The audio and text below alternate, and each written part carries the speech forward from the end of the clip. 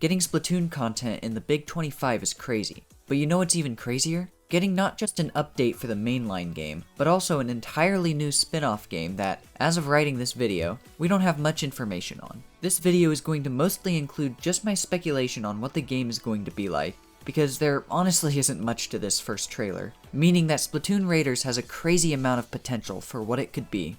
The very first thing I want to go over is the story of Raiders. We don't really have one yet. We were given very little information on this game, so I can basically just sum up everything we know about the story in a singular sentence. Deep cuts following a random map they found in a basement to a place called the Spiralight Islands for treasure, presumably, when suddenly, they see a bright light coming from the islands, and a storm knocks them out of the sky, so now they need to escape/learn more about this mystery. Okay, now that I'm thinking about it, this is actually more than what we got for Side Order's first trailers. Besides a couple other little tidbits of information though, that's basically the main gist of it. I have an entire other section of this video dedicated to Deep Cut themselves, so we'll mostly skip over them for now. Let's move on to this map that they found. We don't know much about it, to be honest. All we get is that they found it in the basement. This doesn't really give us much information though. Whose basement? Their basement? For all we know, they broke into someone's house and stole it from their basement, so for the time being, I'm going to assume that it was in Deep Cut's basement. Or, I guess maybe one of their basements? Do they live together?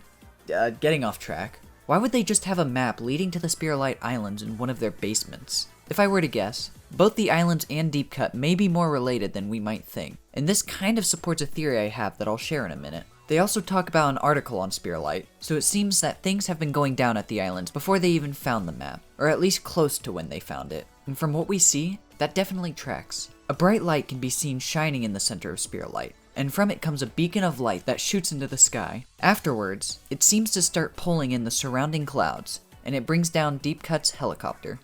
Due to the fact that we don't have much else to go off of, I want to talk about a specific theory about Raiders, which is the idea that the game is going to be a prequel rather than a sequel to Splatoon 3. For me, this theory seems pretty interesting at first.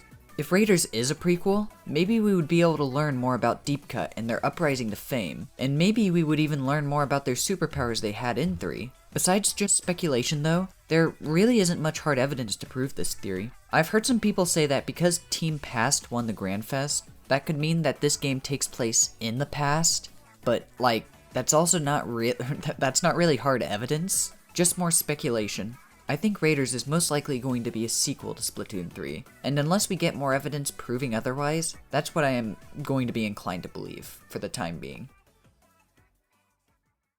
Moving on to the Spiralight Islands itself, it's not the most desolate place we've been. It is in fact a tropical island with sandy beaches and interesting plant life to say the least. Honestly, to me though, everything looks kind of dead and somewhat depressing. Maybe whatever is causing the huge storm and light in the sky is also somewhat killing the wildlife on the island?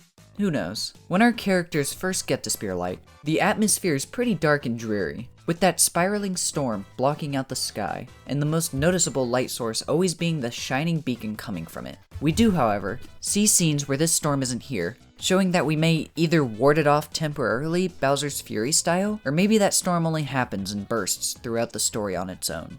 It's obvious that we aren't the first ones to have found these islands, not only because there's an article about them mentioned in the beginning, but also because we can see some forms of intelligent life having at least been there in the distant past. We can see multiple decently sized statues that look like they've been on the island for quite some time, and there's at least a couple of other interesting looking structures scattered around as well. Not only that, but it looks like there's a decent amount of junk lying around as well, which could play a part in Raiders gameplay, which I'll go over more in a minute. Before I do that though, I want to talk about the different islands that make up Spiralight. We don't really get that good of a look, but from this angle here, we can see a more lush green area, a rocky orangish section, and a wider, I want to say more snowy area, but this game seems like it's supposed to be more tropical than anything else, so I don't exactly know what to make of that. And it looks like we may be spending a decent amount of time on the open water, so we'll probably travel around the islands via boat. And look, coral reefs. So, that's neat, I guess. Would you believe me if I said that we don't have much information on what the gameplay is going to be like? Actually starting to sound like a broken record here. We don't have much information on what the gameplay is going to be like. All we can really do is theorize using the very obscure hints that we've been given. So, is this game going to be open world? Could an open world Splatoon game even work? Well, coming from someone that has no idea what he's talking about, I do believe an open world Splatoon game could work. But I'm not entirely convinced this is going to be an open world game. I definitely do think it's going to be more open world than any of the previous campaigns we've had for Splatoon, but I wouldn't expect Raiders to be on the same level as, say, Breath of the Wild. Though, I mean, there's a reason we're on these moderately sized islands. I think Raiders is going to give us more breathing room than the small platforms we've grown used to.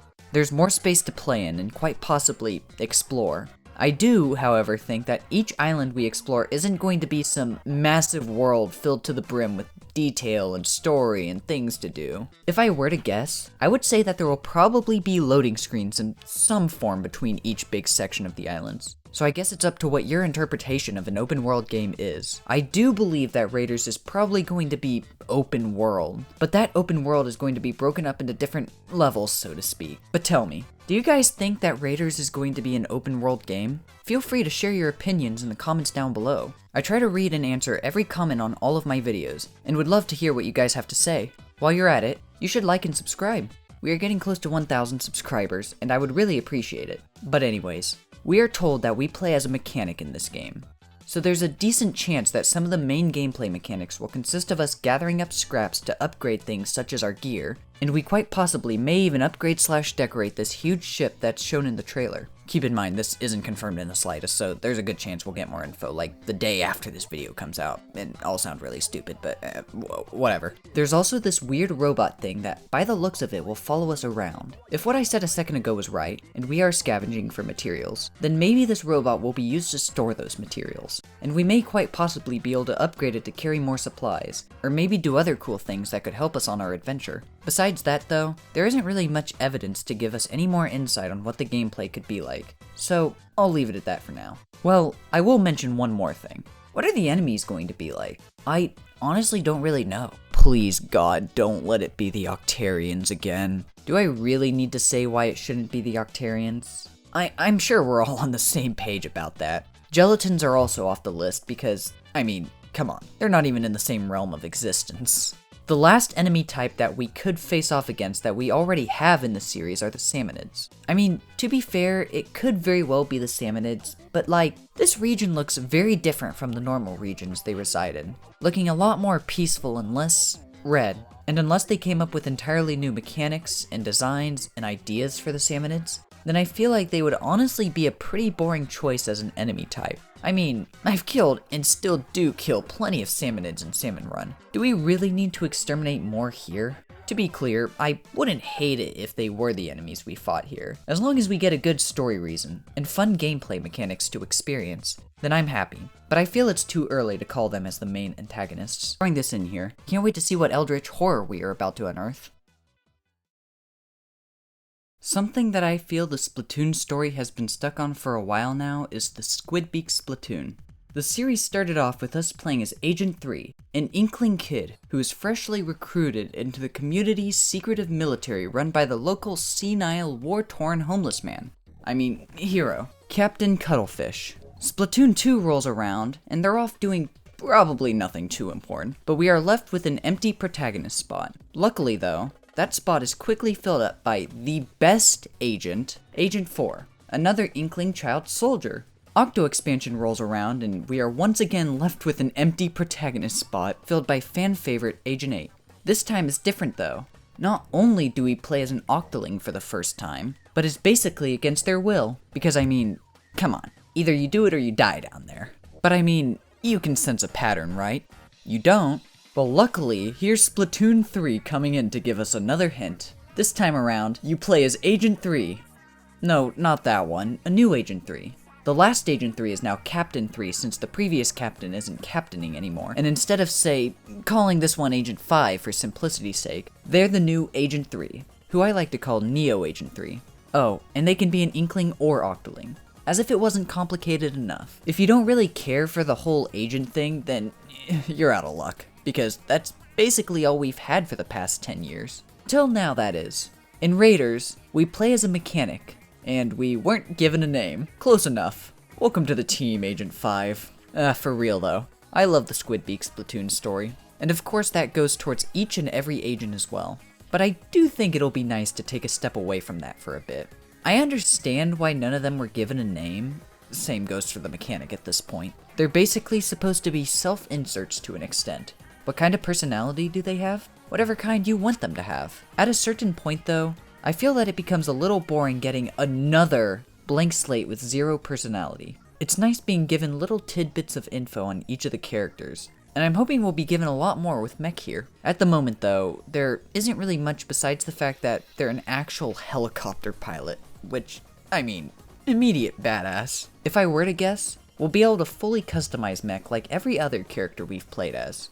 Whether that be their body type, hairstyle, race, species, whatever. Plus, it looks like we'll maybe have some extra options as well. Like freckles? Maybe Nintendo is reusing some of their scrapped ideas for Splatoon 3. That'd be neat. I hope we are given plenty of customization options for Mech, and maybe a fresh pair of clothes every so often we can change into. They have so much potential, I feel. Please, please don't squander this, Nintendo. One of my biggest gripes about Return of the Mammalians was the fact that Deep Cut's role wasn't especially important. Instead of either making the story mode primarily focus on them, or even just save them for a DLC like how Off the Hook was saved for Octo Expansion, Nintendo decided to just chuck them into Return of the Mammalians because they realized they didn't really have a plan for them, and needed them to have some significance so people would actually care about them. Now, it looks like we're going to have an entire game focusing more on them. Hopefully Nintendo will use this opportunity to greatly expand on the characters' personalities and relationships with one another, like how Pearl and Marina's relationship was greatly expanded upon in Octo Expansion. I won't get my hopes up, but it would be really nice if Deep Cut did more than just stand around being useless like almost every side character in the story modes. Like, in some cases I understand, like Cuttlefish because bro's on the verge of turning into actual dust, or the Squid Sisters because they're busy either idling or, I don't know, taking care of Octo Canyon, depending on the game. In other cases though, there really just isn't a reason that the characters sit there being worthless, besides the fact that the game needs you to be alone in the levels. Some examples include Captain 3, or Oct.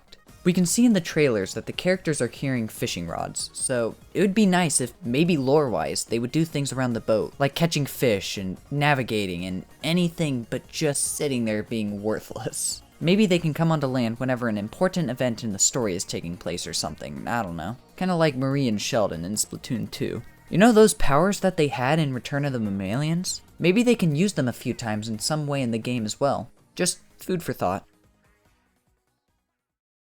Keep in mind that we have almost nothing about this game confirmed yet, so most of this video was just my speculation and our hopes for Raiders. While I did love Side Order, I'm hoping Raiders is going to be a lot more detailed and just a lot more in general for the series. We're in a weird spot at the moment. After such a big event like Grand Fest, the series has a lot of directions it could go in.